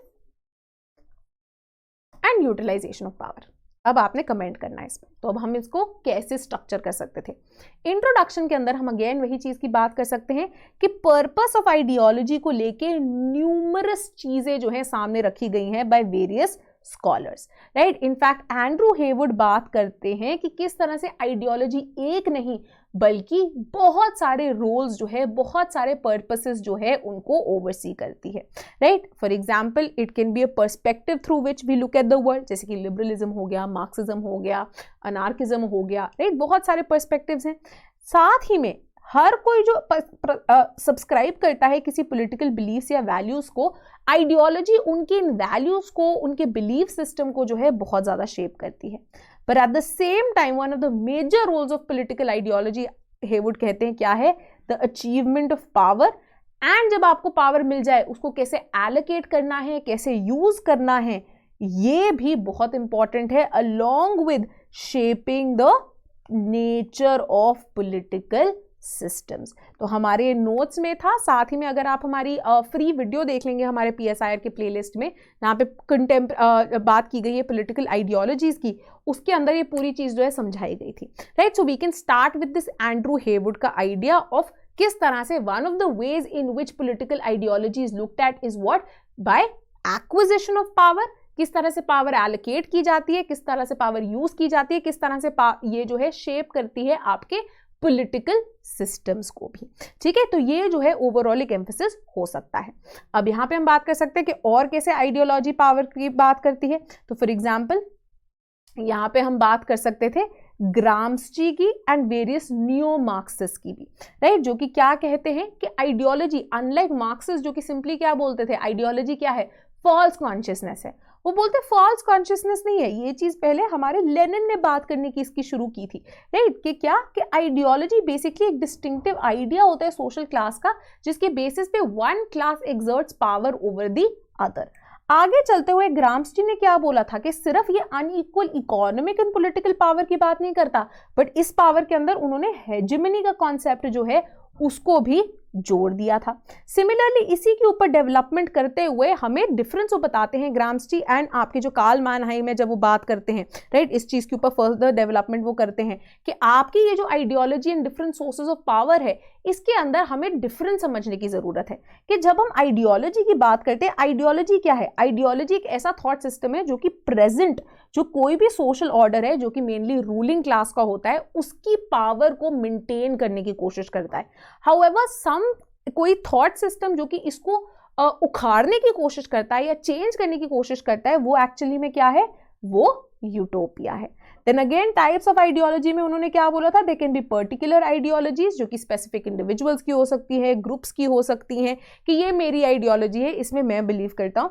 and then total ideologies हो सकती है जो कि एक पूरे सोशल सिस्टम के ऊपर जो है किस तरह उसमें पावर डिवाइडेड होती है उसकी बात कर सकती है, राइट। तो फॉर एग्जाम्पल जैसे कि लिबरलिज्म की अगर बात करी जाए, वो क्या बोलेगी कि पावर क्या है, पावर एकदम आपकी डिफ्यूज्ड है, जैसे कि प्लूरलिस्ट थ्योरीज बोलते हैं कि या तो डिफरेंट डिफरेंट ग्रुप्स के अंदर है, या फिर अगर हम डेमोक्रेसी की बात कर रहे हैं तो हर इंसान मास के पास जो है पावर है, क्योंकि वो आपकी गवर्नमेंट को वोट में दे रहे हैं and the government is actually accountable to the people. वहीं पे अगर आपका जो टोटल सिस्टम, ये जो पूरी टोटल आइडियोलॉजी अगर वो मार्क्सिस्ट होगी तो वो क्या बोलेगी, पावर किसके पास है, एक इकोनॉमिक क्लास के पास है एंड वो पावर यूटिलाइज कर रहे हैं to maintain the super structure, right. So इस बेसिस पे इस तरह की एनालिसिस करके आप इस क्वेश्चन को टैकल कर सकते थे। Next question again, now this was a question जो कि हमने डायरेक्टली डील किया था हमारे एक FLT के क्वेश्चन के साथ। क्वेश्चन क्या है, do you think Buddhist traditions have lent greater ethical foundations to the ancient Indian political thought? Give your arguments. अब हमने क्वेश्चन क्या दिया था FLT में, हमारा क्वेश्चन था कि महाभारत एंड अर्थशास्त्र पॉलिटिकल ट्रीटीसेस की तरह देखी गई है, बट बुद्धा का रोल जो है एज एंशिएंट इंडिया के पॉलिटिकल थिंकर उसको ऑफन इग्नोर किया जाता है। एंड रेलेवेंस बताइए आप बुद्धा के पॉलिटिकल थॉट की। अब इसी का आंसर कैसे यहाँ पे यूज किया जा सकता था, हम उसकी बात करते हैं। अब यहाँ पे क्या उन्होंने पूछा कि क्या बुद्धा का थॉट लेंड करता है ग्रेटर एथिकल फाउंडेशन को, right, when compare to Indian political thought, जो आपका एंशिएंट पॉलिटिकल थॉट है। तो ऑब्वियसली यहाँ पे थोड़ा सा एक कंपैरेटिव पर्सपेक्टिव आएगा, ठीक है, जहां पे हम कंपेयर कर सकते हैं बाकी एंशिएंट इंडियन पॉलिटिकल थॉट के सोर्सेस से भी, राइट। सो सोर्सेस कौन से हो सकते हैं, अर्थशास्त्र जो हो गया आपका कौटिल्य का, ठीक है, आपके एपिक्स लाइक महाभारत एटसेट्रा हो गए, राइट। तो हम यहाँ पे क्या बात कर सकते हैं दैट यस, अर्थशास्त्र जो है इवन दो इसके अंदर धर्म की बात की गई है, it is a more pragmatic text, it was a more pragmatic text oriented towards maintenance of power and expansion of the power of the जिविक्षु। तो even though dharma is an important concept but ethical foundation जो है उतनी ज्यादा नहीं है। Similarly even though Mahabharat and particularly उसका जो शांति पर्व है, भगवद गीता है, राइट, वो बात करते हैं एथिकल एंड पॉलिटिकल थॉट की, पर बुद्धा जो है शायद उनसे भी एक स्टेप आगे थे। कैसे, यहाँ पे हम कोट कर सकते हैं स्कॉलर्स लाइक गेल ऑमवेट एंड कांचा इलाया को, जो कि कहते हैं कि बुद्धा एक मेजर पॉलिटिकल फिलोसोफर थे, राइट। एंड बहुत सारे हिस्टोरिकल एग्जाम्पल्स भी हमारे पास मौजूद है जहां पे किंग्स जो है specifically Buddha and Buddhist thought उन्होंने यूज किया था फॉर देयर पॉलिटिकल पर्पसेस। अब यहाँ पे जब हम एथिक्स की बात करते हैं, एक एथिकल फाउंडेशन की बात करते हैं, यहाँ पे ये पॉइंट बहुत इंपॉर्टेंट हो जाता है। पहला चीज is the idea of righteousness जो कि हमको मिलता है बुद्धिज्म में।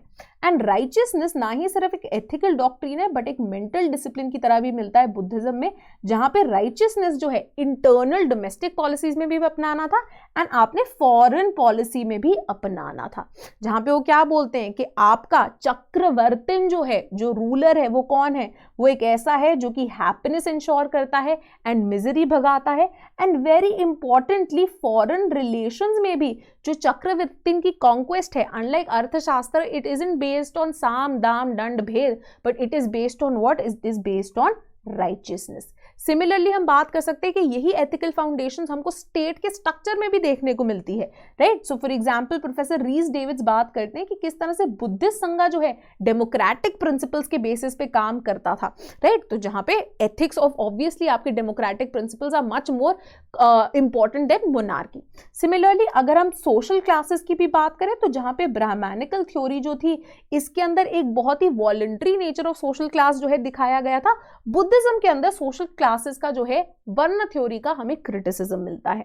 सिमिलरली अगर हम बात करें in terms of Buddhist thought and उसके और एथिकल एग्जाम्पल्स की, we also get very importantly the example of Samata, right. Samata कौन थे, ये एक ऐसे रूलर थे जिनको हम रिलेट कर सकते हैं कॉन्ट्रैक्चुअलिस्ट थ्योरी के साथ, जहां पे मोनार्क थे जिनको डिविनिटी का प्रिंसिपल मिला था, बट समता एक लीडर कौन थे जिनको हर किसी ने एक्सेप्ट किया था। मतलब ये ऐसे लोग थे जो कि किंगशिप जो है सब्जेक्ट्स के अग्रीमेंट, उनके कॉन्ट्रैक्ट के बेसिस पे किंगशिप दी गई थी एंड अगर वो अपना काम ढंग से नहीं करेंगे तो पॉपुलर रिवोल्ट जो है उसको भी जस्टिफाई किया गया था। सो ये सारे एग्जाम्पल्स जो हैं आप कोट कर सकते थे इन इंश्योरिंग, इन गिविंग आर्ग्यूमेंट्स कि किस तरह से बुद्धिस्ट ट्रेडिशन जो है एक मच ग्रेटर एथिकल फाउंडेशन देते हैं to the ancient political thought. Similarly आप यहाँ पे बात कर सकते थे बुद्ध की एक बहुत ज्यादा जो इंपॉर्टेंस ऑफ नॉन वायलेंस है, राइट, जो कि ऑब्वियसली हमने चक्रवर्तिन के अंदर भी देखी एंड आप एक कंटेम्प्रेरी एग्जांपल दे सकते थे किस तरह से ये फॉलो की जा रही है आज भी इंडिया की फॉरेन पॉलिसी में, इंडिया के डायरेक्टिव प्रिंसिपल्स में, जहां पे हम adherence to international law and we prefer negotiations and peace over any kind of conflict as well. So ये सारी एग्जाम्पल्स जो है यहाँ पे अच्छे से इंग्रेव हो सकते थे। देन मार्क्स, ये नेक्स्ट क्वेश्चन देख लेते हैं, again a more straight forward question. Marx's concept of alienation is an essential part of reality in capitalism. Explain. अब ये क्या बोल रहा है कि मार्क्स का जो कॉन्सेप्ट ऑफ एलियनेशन ये समझा रहे हैं जो रियलिटी, मतलब जिस तरह से कैपिटलिज्म एग्जिस्ट करता है उसका एक इसेंशियल कैरेक्टरिस्टिक है, मतलब हमारे आसपास कैपिटलिज्म में हमें एलियनेशन होती हुई दिख रही है। तो इसका स्ट्रक्चर कैसे हो सकता था? सबसे पहले ऑब्वियसली आपने बताना था कि एलियनेशन का कॉन्सेप्ट क्या है, राइट। यहाँ पे आप बता सकते हैं कि किस तरह से मार्क्स इन्फ्लुएंस हुए थे by people like Hegel, Feuerbach, जब उन्होंने कॉन्सेप्ट ऑफ एलियनेशन जो है डेवलप किया, राइट। देन ऑब्वियसली अगेन हमने वेरी इंपॉर्टेंटली ये कराया हुआ था, in again this is an FLT का क्वेश्चन, एफएलटी के अंदर हमने कराया था examine Marx's idea on alienation and इनका relevance to the contemporary world, ठीक है। तो यहाँ पे यही हमने यूज किया कि सबसे पहले एलियनेशन होता क्या है, देन किस तरह से एलियनेशन, उन्होंने क्या बोला था, alienation was related to what, human essence, and human essence and true freedom क्या है, ये रहती है ए, जब एक इंसान को फ्रीडम फ्रॉम ऑल नेसेसिटीज मिल जाए, तभी गोथा क्रिटिक ऑफ ग्रोथा प्रोग्राम में क्या था, to each according to his needs. So freedom from necessity. Secondly, human essence क्या है? ह्यूमन एसेंस है कि मैन बाय नेचर क्रिएटिव है, एक प्रोडक्टिव इंडिविजुअल है. तो जब वो अपनी क्रिएटिविटी यूज करके किसी चीज को प्रोड्यूस करता है which is his own, that is true human essence. And capitalism जो है in this day and age इससे इन सब चीजों को डिस्ट्रॉय कर रहा है through the process of alienation. अब एलियनेशन में हेगल ने सबसे पहले ये कॉन्सेप्ट की बात की थी, जहां पे उन्होंने क्या बोला था, उन्होंने अपनी थ्योरी में बोला था कि man is alienated from God.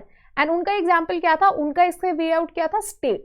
State is God's march on earth. तो एक ह्यूमन बीइंग अपनी फुल पोटेंशियल कब रीच करेगा, स्टेट में करेगा. मार्क्स ने क्या बोला, मार्क्स ने कर दिया इसको इनवर्स. उन्होंने बोला नहीं, Hegel is standing on his head. ये तो गलत है, ठीक है, कि एक्चुअल में एलियनेशन कौन प्रोवाइड कर रहा है, स्टेट. स्टेट क्या है, क्या स्टेट तो हैंडमेडन ऑफ द बुर्जुआ है. अब आप एलियनेशन कैसे कर रहे हो, एलियनेशन है आपकी प्रोसेस ऑफ प्रोडक्शन से, जहां पे you're a मियर कॉग in the wheel. तो आज के आप एग्जाम्पल दे सकते हैं, जैसे कि आपकी असेंबली लाइन प्रोडक्शन है, राइट. जैसे कि क्या हो रहा है, एक पूरा व्हील चर्न हो रहा है जहां पे आपकी कोई भी जो है, आपके पास कोई कंट्रोल नहीं है over what you are producing. क्यों आप प्रोड्यूस कर रहे हो, उसके ऊपर आपके पास कोई कंट्रोल नहीं है. Then alienation from the product of the labour. Why? Because specialisation हो गई है because of assembly line production. So you are only producing से अ स्पेसिफिक नेल जो कि उसके अंदर जा रहा है, ठीक है. तो आपकी पूरी एलियनेशन है from the product of the labour, क्योंकि आप कभी एंड प्रोडक्ट देखते ही नहीं है. देन इसके कारण आपकी जो है पूरे प्रोसेस से भी एलियनेशन हो जाती है. Then very importantly alienation from society, right. जो वर्किंग कंडीशंस है वो इस तरह की हो गई हैं, आप जो है अपने कैबिन में बैठ के 18 घंटे बस काम कर रहे होते हैं, ठीक है. You don't have time to really go back and interact with the people around you, right. अगर आप बाहर भी जाते हैं, so because of commodity fetishization, what is happening, you're spending your money on acquiring more capitalist products only.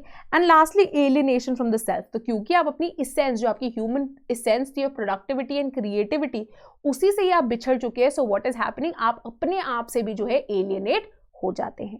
अब ये एक essential part है कैपिटलिज्म का भी, जो रियलिटी ऑफ कैपिटलिज्म है, एब्सोल्युटली, राइट. तो अब हम दिखा सकते हैं किस तरह से है ये. सबसे पहले वेरी इंपॉर्टेंटली कमोडिटी फेटिशिज्म की हम दे सकते हैं. The first thing which is wrong with capitalism also, right, कि किस तरह से एक कैपिटलिस्ट वर्ल्ड में हम क्या बोलते हैं, वी डिवैल्यू द कॉन्ट्रीब्यूशन जो कि आपकी कमोडिटी के अंदर कोई वैल्यू ऐड कर रहा है, एंड हम उनको वैल्यू करते हैं जो कि वो सामान खरीद रहे हैं, right. So for example my value will be attach to what kind of phone I am carrying. Similarly एक क्या होता है जब हम एलियनेशन देखते हैं लोगों से, that imagine people sitting in Bangladesh are producing high-end big furry jackets for Nike or for Zara, right. ऐसे कपड़े जो कि वो कभी खुद डाल ही नहीं सकते, कभी खुद यूज ही नहीं कर सकते. तो कितनी बड़ी एलियनेशन है. सिमिलरली जो rising number of suicides and poor mental health देखी जा रही है अमंग्स कॉर्पोरेट वर्कर्स, एक मेजर एग्जाम्पल है of alienation. Then similarly rise in assembly line production, जो फुटलूज कैपिटल है, पर्टिकुलरली जहां पे जो डेवलप्ड कंट्री के अंदर गुड्स यूज हो रहे हैं वो डेवलपिंग कंट्रीज में प्रोड्यूस किए जा रहे हैं. तो उनको समझ में भी नहीं आता कि ये गुड्स क्यों यूज किए जाएंगे, किस तरह से यूज किए जाएंगे, ना ही डेवलपिंग कंट्री के लोग कभी उनको अफोर्ड कर पाएंगे. और इसीलिए बैरी पैजेट जो है आर्ग्यू करते हैं against people like Francis Fukuyama, right, जहां पे वो कहते हैं कि एंड ऑफ आइडियोलॉजी नहीं हुई है, लिबरलिज्म की जीत नहीं हुई है, बट इनफैक्ट आज भी हमको ऐसी जो करोजिव alienation type American style capitalism है उसमें देखने को मिलता है, ऑफ एक्सेसिव कंज्यूमरिज्म, जो नेगेटिव इफेक्ट्स ऑफ ग्लोबलाइजेशन है उसमें, जो इकोनॉमिक इनइक्वालिटीज है उसके अंदर, एंड एक जो इरेशनल एक्सूबरेंस हो गया है जहाँ पे you know you want to own Apple products और you want to have Nike, right. ये सब जो है आपको देखने को मिलता है. तो इस तरह से आपने मार्क्स का कॉन्सेप्ट ऑफ एलियनेशन को, जो रियल लाइफ कैपिटलिज्म की happenings in this day and age, उनके साथ कोरिलेट करके बता दिया. तो आपने जो है example oriented, scholar led and theory led एक बहुत बढ़िया आंसर बना दिया, राइट. लास्ट क्वेश्चन जो है इस पूरे सेक्शन का, which is free and fair deliberation is the key to the foundation of democracy. Confuse होने की जरूरत ही नहीं थी, एक्सप्लेन लिखा हुआ है. एक्चुअल में आपको क्या एक्सप्लेन करने की बोल रहे हैं, ये डेलिबरेटिव डेमोक्रेसी एक्सप्लेन करने को बोल रहे हैं. And again this is something जो हमारी आंसर राइटिंग होती है हमारे कोर्स के अंदर, उसके अंदर ही हमने किया हुआ था. Explain the features of deliberative democracy. बहुत ही स्ट्रेट फॉरवर्ड जो है ये क्वेश्चन है. सो डेमोक्रेसी अगेन क्या है, इसेंशियली कॉन्टेस्टेड कॉन्सेप्ट है. यहाँ पे हमने बहुत बढ़िया माइंड मैप्स भी बना के दिए हुए थे, तो बच्चे अगर उनको यूज करना चाहते हैं अपने आंसर्स में कि किस तरह से डेलिबरेटिव डेमोक्रेसी क्या है, जहाँ पे लोग भी हैं, जहाँ पे लोगों के representatives are accountable to people, but at the same time लोगों के पास कुछ फंडामेंटल राइट्स है, वो ये फंडामेंटल राइट्स यूज करते हैं अपनी फ्रीडम को अचीव करने के लिए, और यही फ्रीडम जो है उनको डेमोक्रेटिक डिसीजन मेकिंग का भी हिस्सा बनाती है। क्यों? Because freedom of speech and expression है, तो मैं अपने व्यूज दे सकता हूं। एंड यही चीजें जो है रिफ्लेक्ट करते हैं उनके पॉपुलर विल को भी। Do I agree with a certain policy और not, do I agree with a certain law और not, and these are all intrinsic parts of a deliberative democracy. अब डेलिबरेटिव डेमोक्रेसी हम कहते हैं एम्बॉडी करता है दोनों ही कॉन्सेप्ट्स को। एक तो डेमोक्रेटिक थॉट जहां पे पॉपुलर रूल है, मतलब लोगों द्वारा इलेक्ट करके रिप्रेजेंटेटिव्स भेजे जा रहे हैं जो कि आपके पॉलिटिकल गवर्नमेंट जो है, पॉलिटिकल अथॉरिटी जो है उसको ऑक्यूपाई करते हैं। एंड साथ ही में डेमोक्रेसी क्या है? एक बलवाक ऑफ पर्सनल फ्रीडम है कि लोगों की राइट्स एंड फ्रीडम को मेंटेन करने की भी जरूरत है। और ये कैसे आ सकता है? ये इसको हम लिंक कर सकते हैं विद रूसो, जहां पे उन्होंने बोला था कि स्पिरिट ऑफ डेमोक्रेसी क्या है? एक सिर्फ पॉलिटिकल अथॉरिटी बनाने में नहीं, when people are themselves involved, when they are deliberating. However, ये सिर्फ पार्टिसिपेशन पे लिमिट नहीं होती, बल्कि it goes a step ahead in ensuring कि जहां पे लोगों के बीच में क्या हो रहा है, फ्री एंड फेयर डेलिबरेशन हो रहा है, एक दूसरे के साथ वो कंस्ट्रक्टिव डिबेट एंड डिस्कशन कर रहे हैं to look at, to find reasonable solutions to political issues, social problems, any issues जो कि इनकी सोसाइटी के अंदर एग्जिस्ट करती है। और इसको हम लिंक करते हैं किसके साथ? हैना अरेंट के आइडिया ऑफ एक्शन के साथ। कि एक्शन क्या है? एक्टिंग इन कंसर्ट क्या है? जब ये डेलिबरेशन का हिस्सा बन रहे हैं जो हमारे लोग हैं, क्योंकि it is only through active deliberation, Hannah Arendt says that you can avoid totalitarianism, है ना, you can avoid a dictator coming and capturing power. And that is why यहां पे हम कोट करते हैं जोशुआ कोहेन को, जो कि 5 फीचर्स ऑफ डेलिबरेटिव डेमोक्रेसी बताते हैं। पहली, एक ऑनगोइंग इंडिपेंडेंट एसोसिएशन, राइट, तो जैसे कि हमारी पार्लियामेंट एक्सेट्रा होती है। Then structure of institution so that deliberation is a deciding factor. Parliament के अंदर क्या है? डेलिबरेशन होती है, लोग आ रहे हैं और क्या कर रहे हैं? डिस्कशन हो रही है, डिबेट हो रही है। कोई भी बिल एक्ट बनने से पहले एक मैसिव डेलिबरेशन है, एंड वो रिप्रेजेंटेटिव्स कौन है? लोगों के रिप्रेजेंटेटिव्स है। Then respect and adherence to the values of pluralism, है ना, प्लूरलिज्म एग्जिस्ट करता है। अगेन आप इंडियन कॉन्स्टिट्यूशन का जो है यहाँ पे एग्जाम्पल दे सकते हैं that different ideologies, different school of view से अपनी जो है बातें आप आगे रख सकते हैं, अपना पक्ष आगे रख सकते हैं। Then deliberative procedure as a source of legitimacy, right.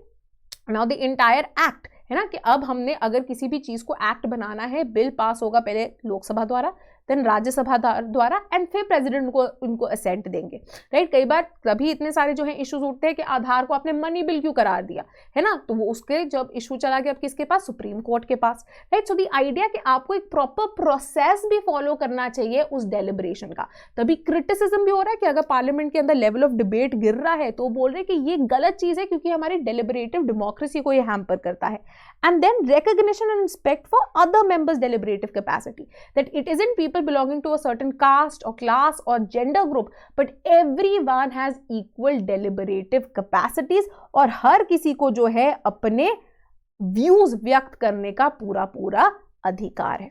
However, इसका ये मतलब नहीं है that all people have to participate in the process of decision making, जैसे कि डायरेक्ट डेमोक्रेसीज में होता है, नहीं।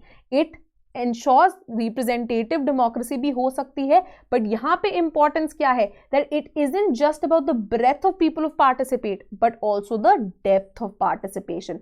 एंड ये डेप्थ या क्वालिटी ऑफ पार्टिसिपेशन डेलिबरेटिवनेस पे डिपेंड करती है कि लोग कितने एक्टिव है, कितने ज्यादा जो है, फॉर एग्जाम्पल आप एग्जाम्पल्स दे सकते हैं कि जैसे कि अगर कोई गवर्नमेंट की पॉलिसी है, उसके अगेंस्ट अगर वो पॉलिसी अच्छी नहीं है, उसके अगेंस्ट कितनी सिविल सोसाइटी इनैक्ट करती है, या फिर गवर्नमेंट अगर किसी लॉ को पब्लिक ओपिनियन के लिए पब्लिक डोमेन में डालती है, पीपल कितना ज़्यादा रिस्पॉन्ड करते हैं, कितने ज़्यादा वो अवेयर है, कितने ज़्यादा क्वेश्चंस पूछते हैं वो अपने कॉन्स्टिट्यूएंसी से जा रहे हैं मेंबर ऑफ पार्लियामेंट से। तो ये सारे क्या है? ये सारे डेलिबरेशन के एग्जाम्पल्स है, and it is only through deliberative democracy that the spirit and enthusiasm in democracies can be maintained, and इनको हम लॉन्ग टर्म में भी इंश्योर कर सकते हैं that they do not fall prey to any form of totalitarianism और dictatorial form of government. ठीक है, सो इस बेसिस पे जो है ये एक बहुत ज्यादा बढ़िया आंसर बन सकता है। अगेन इसकी जो ये जो पूरी PDF है, ये आपको मिल जाएगी हमारी वेबसाइट पे भी। PSIR के अगर आप डाउनलोड्स पे जाएंगे तो वहाँ पे आपको ये सारे पॉइंट्स इन सब के साथ आपको पूरी कॉन्क्रीट PDF मिल जाएगी, या फिर आप हमारा टेलीग्राम चैनल जो है स्लीपी क्लासेस उस पर भी ज्वाइन कर सकते हैं और वहाँ पे ये PDF जो है सर्कुलेट कर दी जाएगी, right. So this was all, we hope this analysis was of benefit to you. Again very importantly हम एक आंसर राइटिंग सीरीज भी शुरू कर रहे हैं, because we realise that this is where a lot of students also end up lacking, और यहाँ पे भी हमने डिवाइस की है ये answer writing series in a वे कि अगर आप बिगिनर हैं या फिर आप इंटरमीडिएट है या प्रो है, हर किसी के लिए ये हेल्पफुल हो सके। सो 24 आंसर्स होंगे इसके अंदर, 24 क्वेश्चंस होंगे, पूरे साल ये चलेगी, राइट। तो आप कभी भी इसको ज्वाइन कर सकते हैं। इसके अंदर बिगिनर लेवल है, तो अगर आप पहली बार जो है अटेम्प्ट कर रहे हैं आंसर राइटिंग, इंटरमीडिएट है मतलब एक बार आप कंटेंट पढ़ चुके हैं, रिविजन कर रहे हैं, थोड़े हार्डर क्वेश्चंस अटेम्प्ट करना चाहते हैं, एंड प्रो लेवल है जिन पे सबसे टफेस्ट क्वेश्चंस होंगे, बहुत कॉन्सेप्चुअल होंगे, बहुत ज़्यादा जो है एनालिटिकल क्वेश्चन होंगे। तो आप ये भी कर सकते हैं कि पहले आप बिगिनर जो है ज्वाइन कर ले, उसके बाद जब आपको लगता है अच्छा ठीक है now I have reached the level of expertise, then you can go on to intermediate and then you can join your pro level, ठीक है। तो 24 क्वेश्चंस जो हैं इसके अंदर ईच हैं, आप एक चीज भी ज्वाइन कर सकते हैं and then you can go on to the next one.